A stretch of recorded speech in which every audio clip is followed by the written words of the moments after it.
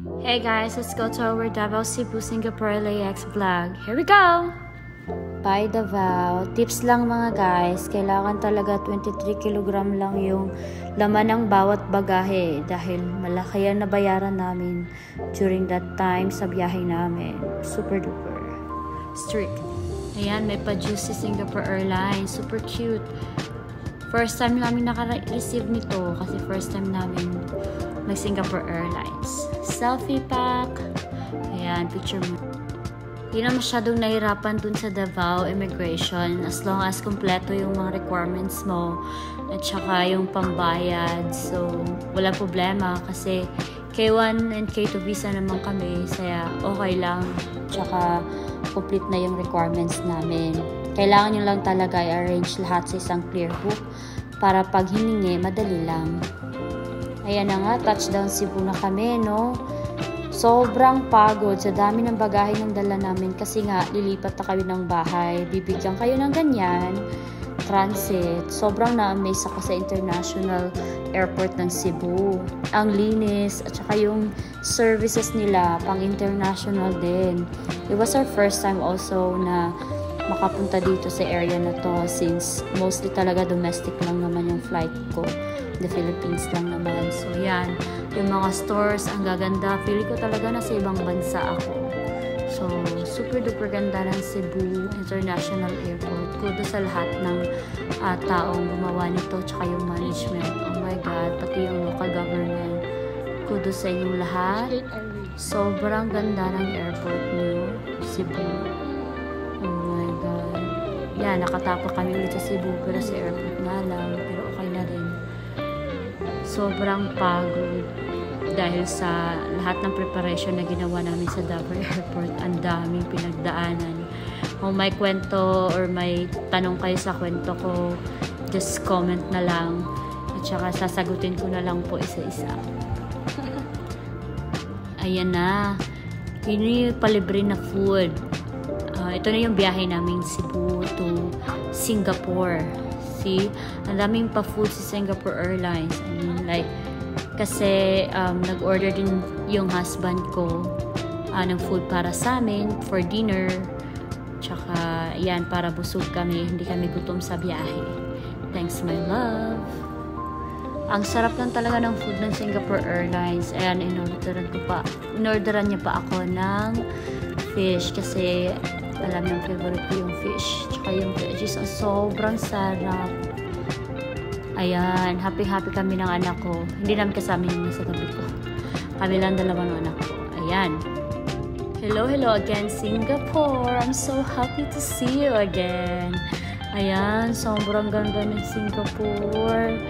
Yun nga lang talaga. Sa airport lang naman kami. Hindi kami pwedeng gumala sa labas.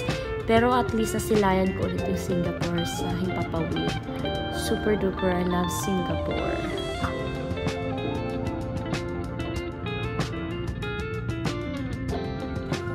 Okay, another touchdown, Changi Airport. O diba?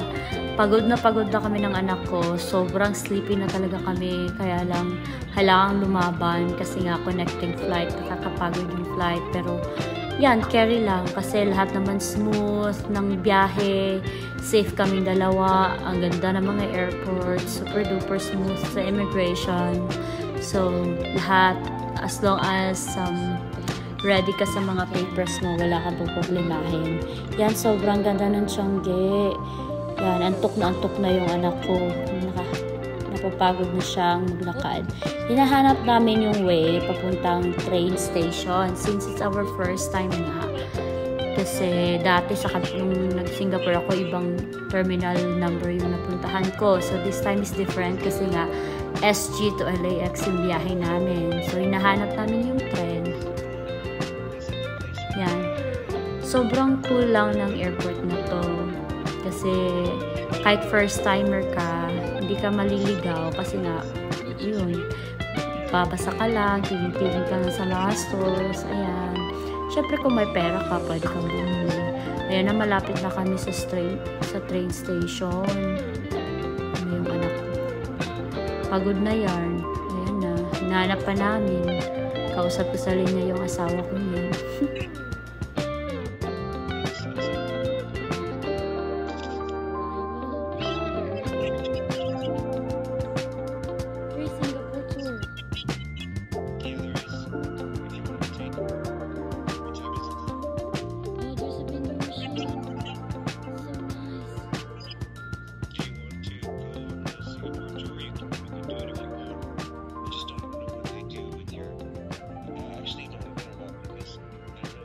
No, I think Singapore tourists, you're going out. I'm not allowed to do that.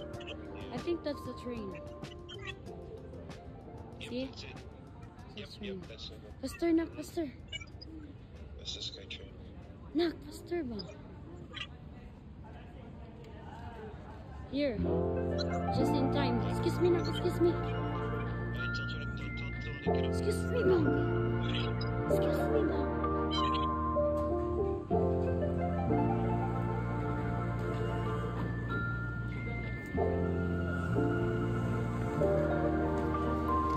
Ayan, nasa train na kami.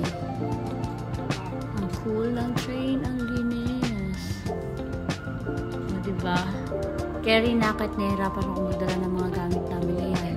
Recording pa rin sa cellphone. Ayan, ang kulit. Ang kulit talaga. Ay, sorry, auntie. Ayan na. Diba? So, kailangan mo mag-train. Lipat ka sa kabilang terminal. Dahil sa sobrang laki ng airport, kailangan mo mag-train. Kasi kung lalakarin mo, mapapagod ka lang. So, yan. Take the train. Ayan na. Labas na kami. Diyan na kami sa Terminal 3. Kasi dyan yung terminal namin papuntang LAX. So, since midnight na yan or 1 a.m., matutulog lang kami dyan sa may airport. Marami kasi pwedeng tulugan dyan kasi kinabukasan pa yung next flight namin papuntang LAX. Ayan, ganda-ganda ng train nila. Super duper. So, ayan na. Ang dami tao. Tsaka, ang linis. Safe na safe naman. Nasa loob ka ng airport. So, ayan. Tired na yung mukha talaga. Mapapawaw ka talaga pag dito mo sa looban na yan. Kaya ang laki. Parang nasa mall ako. Parang hindi airport. Sobrang ganda. Ayan. Ang nakaganda dito sa ASG Airport, Changi Airport, meron silang outlet. Pwede ka mag-charge kahit natutulog ka. Hindi naman nawawala yung phone. Pero syempre, tara, punta tayo sa CR nila. Ang ganda ng bathroom. Look at that. Nasa airport lang yan. Sobrang ganda. Ang linis. May tissue. May bidet. Tapos, ayan, may hand wash. Kompleto. Ayan. Papasyal-pasyal muna kami. Kasi may time pa kami bago matulog. Ayan. Ang gaganda ng mga stores. Kita nyo naman. Sarap sana pumasok para magka-experience. Kaso lang nakakahiya. Kasi wala naman akong perang ganun kalaki. For sure, mamahalin yun dyan. Kasi hindi na ako papayos pasok guys. Ano na lang, picture-picture, video-video na lang tayo, ha? Kasi nga, nakakahiyang pumasok. Ayan na. Ang ganda talaga ng mga stores. Kala mo talaga nasa mall ka. Then, pwede ka dyan ako nagpapalit ng pera from Philippine to US dollar. Kasi nga, hindi ko naman magagamit yung Philippine peso na money natin. So, yun na nga, nabudol ako. Tagal ko na pinangarap to. Yun ang ginawa ko. Yan, nagpabudol ako for the first time sa Singapore. Ito talaga yung pinaka-latest din nila sa JBL. Super duper. Ang ganda-ganda ng item na to. So, kunwari, lakad-lakad lang. Pak, pak. Yan, diba? Nag-e-emote. Yan. Nakakahiya kasi mag-video. Pero, since hinsanan lang to, kaya yan, video ako na nakatalikod. Okay lang yun. Pak. Harap. Pak. Ito naman yung anak ko. Yan. Bumili ang nanay, kaya hindi na nakarinig. Nakausap. Pak. Dami ng gamit namin. Ako kapagod, pero worth it kasi ang ganda. Dito ako nagkape. So, sobrang sarap ng matcha coffee nila. Masarap din yung croissant nila. Nasa mga 150 pesos ang isa. So, depende siguro sa flavor. Yung iba, medyo mahal. So, syempre, dun lang ako sa kaya ko. Tsaka masarap din naman. At least nakapag-try, experience na. So, hinahanap na namin yung saan kami na sasakay ng aeroplano namin. Kaya, punta kami sa kabila. Nasa bandang A yung aeroplano namin. Lalakarin mo pwede, may vocalator naman. Pero ako, syempre, papicture muna pa. Diba? Sige, lakad ulit. And then, yan, umuulan pa yun sa labas. medyo malamig. Buti na lang naka-jacket ako.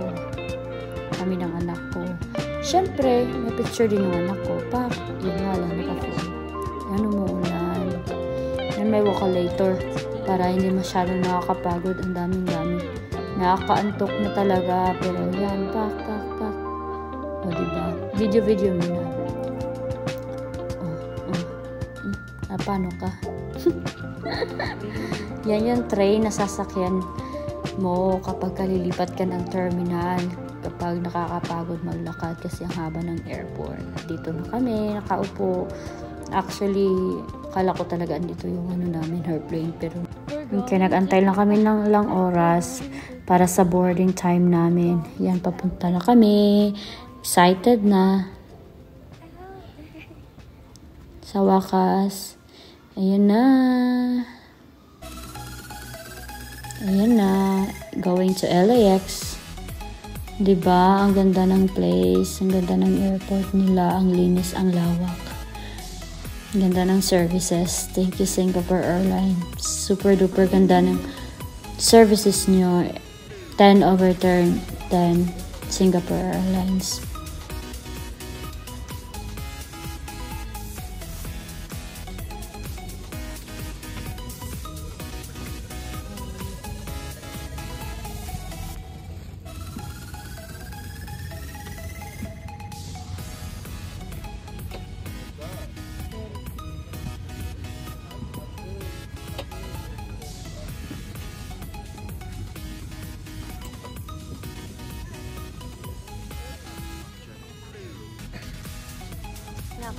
Look.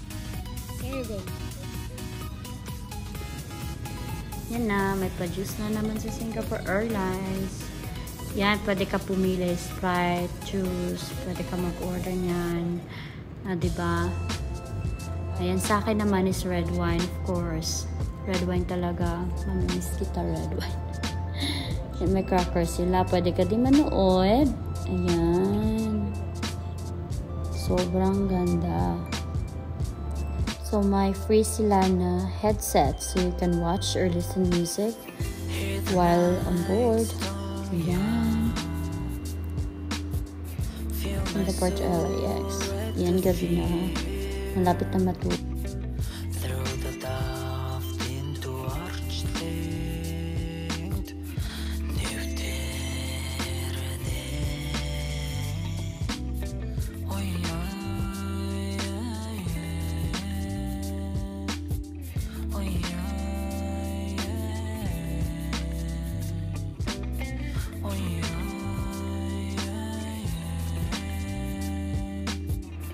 Ayan na, lapit na kanyang dumating. Pero pa-dinner pa muna si Singapore Airlines. Yan, kasali pa rin yung sa tickets namin. Ayan. Hello, LAX! Hello, California! Yan, sobrang saya. Finally, nakaabot din kami sa California, USA.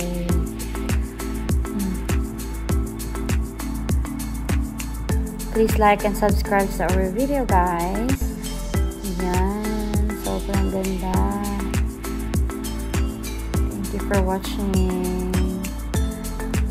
Touchdown LAX. So, sa lahat ng LDR dyan, tiis-tiis lang kayo. Huwag kayo mawalan ng pag-asa. Mag-stay faithful and loyal kayo sa partner nyo. Darating din yung time para sa inyo. At magiging buo rin kayo, isang buong pamilya at magsasama kayo habang buhay.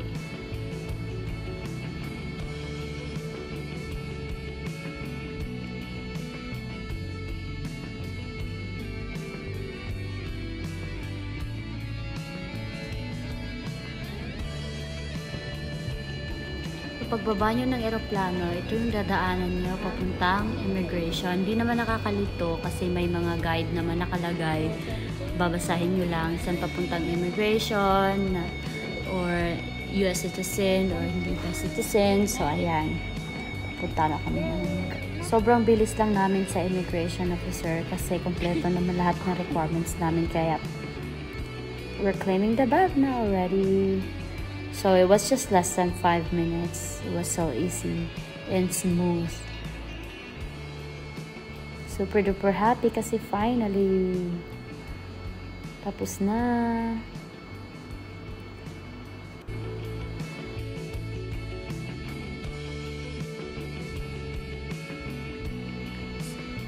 So after you claim your bags, malapit lang yung labas dyan, kaya easy lang.